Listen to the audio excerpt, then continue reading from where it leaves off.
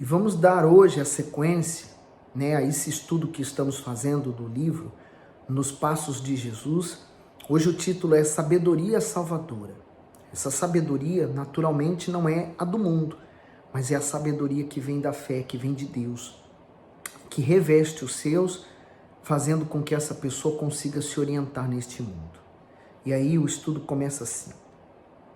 Aqueles que sinceramente buscam a verdade jamais devem deixar de ler a Bíblia. Nela há uma sabedoria salvadora que não existe em nenhum outro livro, pois o cristianismo não está fundamentado num livro impresso, mas numa pessoa viva. As Escrituras de mim testificam, disse o Senhor Jesus em João, capítulo 5, 39. De fato, o único lugar em que obtemos um conhecimento direto dessa pessoa e de seus ensinos é na Bíblia. Por isso a importância. No estudo passado nós aprendemos como ler a Bíblia. E hoje nós estamos vendo o seu resultado, O para que ela serve para nós. Então, primeira coisa, as Escrituras são úteis para ensinar. A palavra prepara para a vida. Ela nos educa e nos ensina a respeito da verdadeira vida existente em Cristo. É impossível que a igreja exista sem a revelação bíblica da palavra de Deus. Ela nos concede sabedoria, é um instrumento educador da graça de Deus e nos ensina a ter vida. Como disse Tito, ensinando-nos que vivamos neste presente século sóbria e justa e piamente. Tito, capítulo 2, versículo 12. Então, vivemos neste presente século.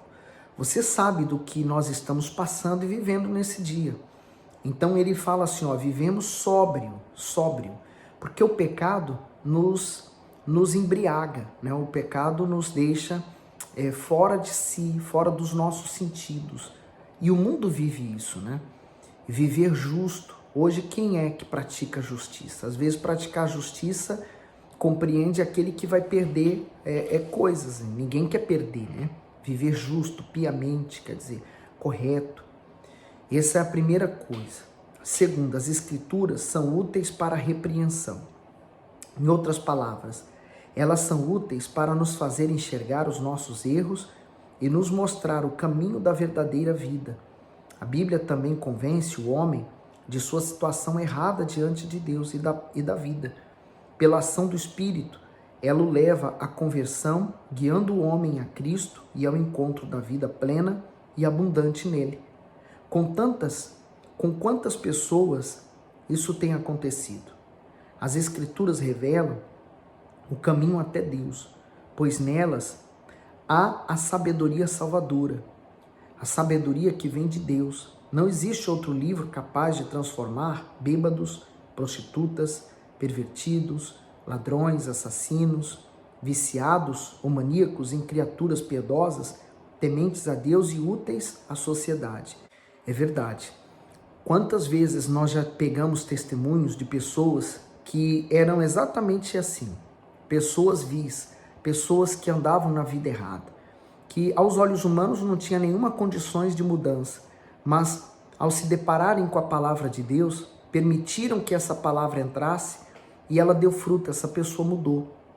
Pessoas criminosas que deixaram a criminalidade, hoje são homens de Deus. Mulheres que viviam e sobreviviam da prostituição, que hoje abandonaram essa vida e são casadas e bem casadas. Quer dizer, tudo pode mudar. A palavra de Deus tem esse poder quando ela é aceita. Então, como o bispo disse aqui, ela nos faz enxergar os nossos erros. Então, quando nós meditamos na palavra de Deus, nós começamos a ver o quanto nós estamos errados. E ali, a partir daquela palavra, eu vou passar a praticar o que é certo. Então, por isso que a palavra nos liberta, Se antes nós, através do pecado, deixávamos uma porta aberta para que o mal pudesse entrar, quando nós praticamos a palavra de Deus, nós nos protegemos, nos refugiamos nela. O 3. As Escrituras são úteis para nos corrigir. Tudo na vida. Ideias, posições, comportamentos, ensinos, teorias, teologia, valores éticos e etc. deve ser conferido e comparado com os ensinamentos bíblicos. Se algo for contra os princípios divinos, deverá ser rechaçado, pois a palavra de Deus corrige não apenas ideias, mas dá diretrizes para corrigir a vida do homem, das nações e do mundo. Todos nós devemos desenvolver nossa capacidade intelectual, porém tudo deve ser feito de acordo com as Escrituras. Se todos fizessem assim, muito daquilo que ocorre na vida das pessoas, nos lares, nos grupos sociais e nas relações humanas seria diferente. A palavra de Deus é um instrumento corretivo, pois revela o caráter do Senhor Jesus, confrontando a nossa natureza humana e derrubando barreiras que nós mesmos criamos. Então, ela é tão poderosa, né? É como se fosse uma água limpando a nossa mente de tudo que nós aprendemos de errado. E nós vamos implantando um novo conhecimento, agora um conhecimento divino. Por isso que também nos ensina a educar as nossas crianças nos caminhos do Senhor, que é exatamente através da palavra de Deus. Não só contando histórias, mas se a sua criança fizer algo de errado, é você apontar para a Bíblia, mostrar para ela num versículo, numa palavra, que aquela atitude dela não está correta. Então você está educando a criança no caminho do Senhor. O 4. As Escrituras instruem na justiça. Elas geram em nós o senso de justiça e nos prepara para a prática das boas obras, para as quais Deus nos criou. A palavra de Deus educa a humanidade no caminho da justiça, que é uma das virtudes mais escassas atualmente. É por meio da palavra de Deus, cuja revelação final é o Senhor Jesus, que chegamos à justiça. Então, o próprio Senhor Jesus é a personificação da justiça. Ele veio efetuar a justiça. Mas para que a justiça esteja em mim, eu preciso também andar através dela. Conta-se que certa vez, Frederico, o Grande, rei da Prússia, pretendeu estender os limites de seus jardins. Ao lado do palácio, havia uma propriedade pertencente a um dono de moinho. Funcionários do palácio procuraram o modesto produtor de farinha, dizendo que o rei precisava de sua terra e o perguntaram por quanto queria vendê-la. O dono do moinho respondeu que não venderia sua propriedade, pois era tanto dele quanto a Prússia era do rei. Frederico mandou chamá-lo e fez o possível para efetuar a compra. O homem respondeu que ali havia trabalhado o seu avô, o seu pai, e trabalharam ali os seus filhos. Não venderia, não importava a quantia oferecida. Percebendo a paciência, o poderoso monarca perguntou: "Você não sabe que posso tomar suas terras sem pagar?" "Poderia, se não houvesse justiça", retrucou o produtor de farinha. Frederico, encantado com a resposta, disse ao homem: "Vizinho, fique com suas terras."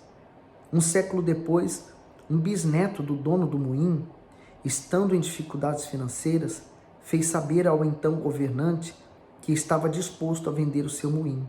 O rei descrente, descendente de Frederico, o enviou o seguinte bilhete: "Meu caro vizinho, o moinho não é meu nem seu.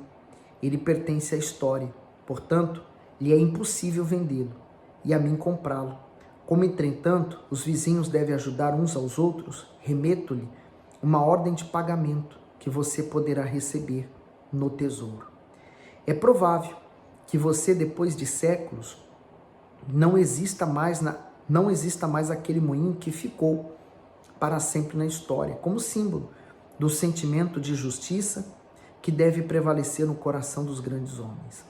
Deus é justiça. Sua palavra nos guia no caminho de uma vida em que verdadeiramente há justiça nas relações entre Deus e o homem, entre grupos sociais e entre as nações. Ela é a fonte da justiça que se traduz num novo tipo de vida e de relacionamento. Devemos meditar na palavra de Deus não apenas para nossa edificação pessoal, mas também para nos tornarmos instrumento nas mãos de Deus, para salvar, confortar e despertar outras pessoas para a justiça. Deus nos chama para uma vida de responsabilidade e sensibilidade para com o nosso próximo. É muito forte, né? Quer dizer, aquele neto, né, o bisneto, não lembro agora, ele não deu valor, né? Por isso que ele adquiriu uma dívida. Dívida essa, a que acontece, por exemplo, aqueles que herdam uma coisa, ele não dá o devido valor que aquilo teve para quem conquistou, né? Veio com facilidade. Mas, indiferente disso, né? Aquele rapaz foi atendido e aquele homem foi honrado. A justiça. A justiça.